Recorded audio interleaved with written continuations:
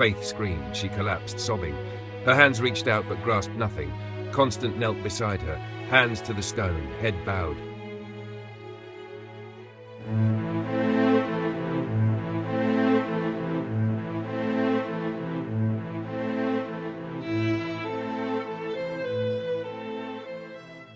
In the sun-dappled village of Halwyn, nestled beneath the rolling hills of the kingdom of Serave, lived a boy named Constant. He was 3 years old. He was also, according to everyone who had ever met him, a miracle. Halwyn was a small place. Humble stone cottages, sloped thatched roofs, and winding dirt roads that carved their way between wheat fields and old woods. It was a village where people believed in honesty, in hard work, and above all, in light. That was the way of their faith, the luminous path. They told the story of Solarin, a divine figure born not in fire but in wisdom. During the Long Dark, a century of war, plague and famine, it was Solarin who emerged, not with sword or magic, but with understanding.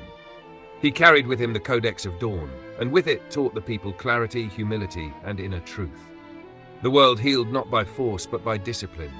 Temples rose across the kingdom. Their leaders were called luminaries, chosen not for wealth or bloodline, but for their purity of thought. In Halwyn, the temple was called the Temple of Radiance, and that's where Constant shined.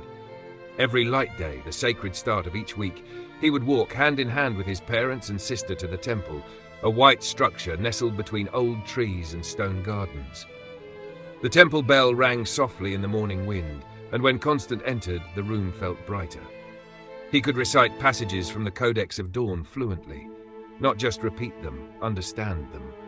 The elders would gather to listen as he explained metaphors far beyond his age. He would then quietly bow and thank Solarin for the clarity of the light. And yet, he was never proud. Constant lived with his parents, John and Elena, and his sister Faith, who was 5. John was a man of iron, shaped into wood. A former soldier who had turned his back on bloodshed after the Northern Reclamation. He built homes with the same precision he once used to disarm enemies. The villagers respected him because he was silent and strong, never speaking more than needed, and never letting his pride touch his work. Elena had once been a scholar in the capital. She left the city behind for John, choosing a quiet life.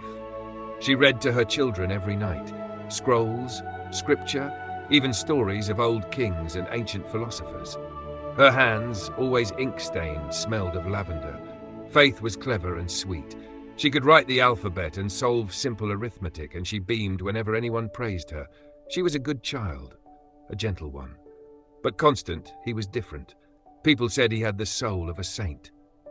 One morning, an elderly woman tripped near the village well. Before anyone could move, Constant was there, barefoot, no older than a toddler, gathering her spilled apples. He apologized for each one as he handed them back. Another day, a merchant shouted about a missing coin pouch. Constant calmly approached, asked him what the pouch looked like, and led him through the village. The boy retraced the merchant's steps perfectly and found the pouch wedged between 2 stones by the mill. Constant only bowed and returned to sweeping the road. He shared his bread with beggars. He let dogs drink from his cup. He once gave away his blanket to a cold traveller without saying a word. He's what Solarin would have been as a child, someone once whispered. That light day, a stranger arrived in Halwyn, a man of silver hair and piercing grey eyes. High Luminary Nathaniel, of the Temple of Eternal Flame in Serave, one of the highest-ranked figures in the entire kingdom. He arrived without trumpets. No one knew he was coming until he appeared at the back of the Temple of Radiance during Constant's reading. The boy stood barefoot, reading from a worn scroll. His voice was calm and unshaken. As he reached the final line, he looked up and met Nathaniel's gaze. Nathaniel froze. "Who is this child?" he whispered to Luminary Belric. "Constant," said Belric, 3 years old. "And the family?" "Good people. The father is a carpenter, the mother a former scribe, the sister shows promise. But the boy," he trailed off, "I believe he may be the reawakening." That night, Nathaniel visited their home. John opened the door and dropped to his knees. Elena followed, eyes wide. Nathaniel raised his hand. "Please, I am a guest. Let us speak as equals." He entered their home, declined food, and sat at their simple wooden table. He looked directly at Constant. "I've never seen anything like you," he said. "I would like to offer you a place at the Temple of Eternal Flame. You will study with the greatest minds. You will help shape the future of our faith." John bowed his head. "We are honored, Luminary, but we will need time." Nathaniel nodded. "I will remain in Holwyn for 2 more days." That night, by the fire, John asked, "What do you want, my son?" Constant looked at him with soft, watery eyes. "I want to stay with you." 2 days later, John returned to the temple and declined the offer, respectfully but clearly. He is still a child. Let him remain one. Nathaniel accepted the answer with a smile that did not quite reach his eyes. 3 weeks passed. Then came the tragedy. John and Elena set off on foot to visit Elena's parents in the southern hills. The road was long. They left Constant and Faith at the temple.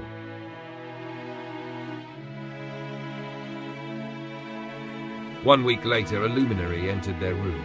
"Come with me," he said.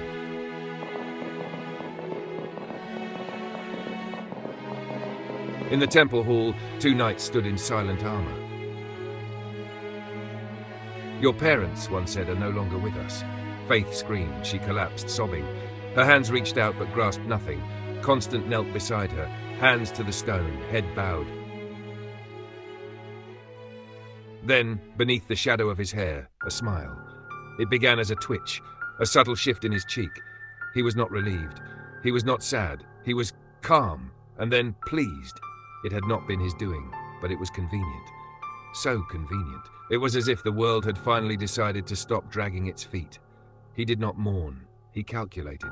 When he rose, he was crying. He held Faith close. "I'm here," he whispered. "We'll be okay." And she believed him. Everyone did.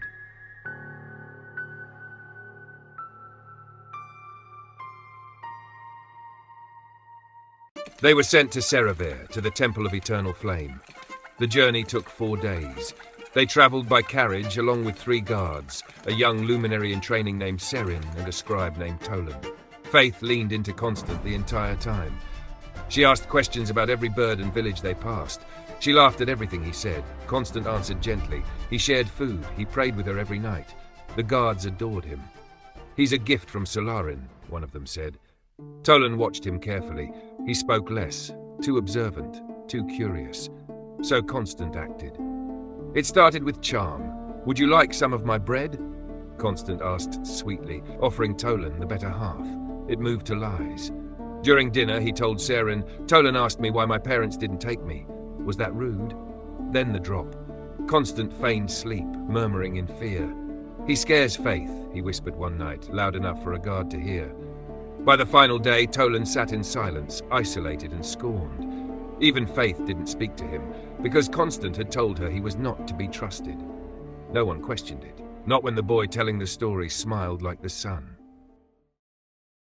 Revered rose from the earth like a monument to gods, towering marble spires, gold domes, courtyards flooded with light. As he stepped out of the carriage, Faith clutching his hand like a child clings to a dream, Constant tilted his head and met Nathaniel's eyes. There it was. Greed. Not the kind one finds in coin counters or thieves. No, this was the greed of a sculptor staring at the perfect block of marble, the hunger of a man who thought he'd found something he could mold, shape, use. Nathaniel's smile was warm, reverent even, but his eyes, Constant saw through them. He didn't see faith, he saw ambition. And in that frozen second of eye contact, Constant understood everything. His parents' deaths, the timing of the nights, the invitation to the capital issued once, then again after rejection. The casual accident on the road. It was Nathaniel. Not directly, perhaps, but arranged, permitted, orchestrated, all for him. Because the man believed Constant would become a tool, a vessel to carry out some grand vision under the control of the temple. But Nathaniel didn't know who he had invited into his domain. Constant's innocent expression never wavered as they ascended the steps, Faith holding tightly to his arm. But in his mind, a single thought bloomed, slow and cold. You think you'll be the one shaping me, Nathaniel, grooming me, controlling me. But it's not me who's walking into your hands. It's you, High Lord.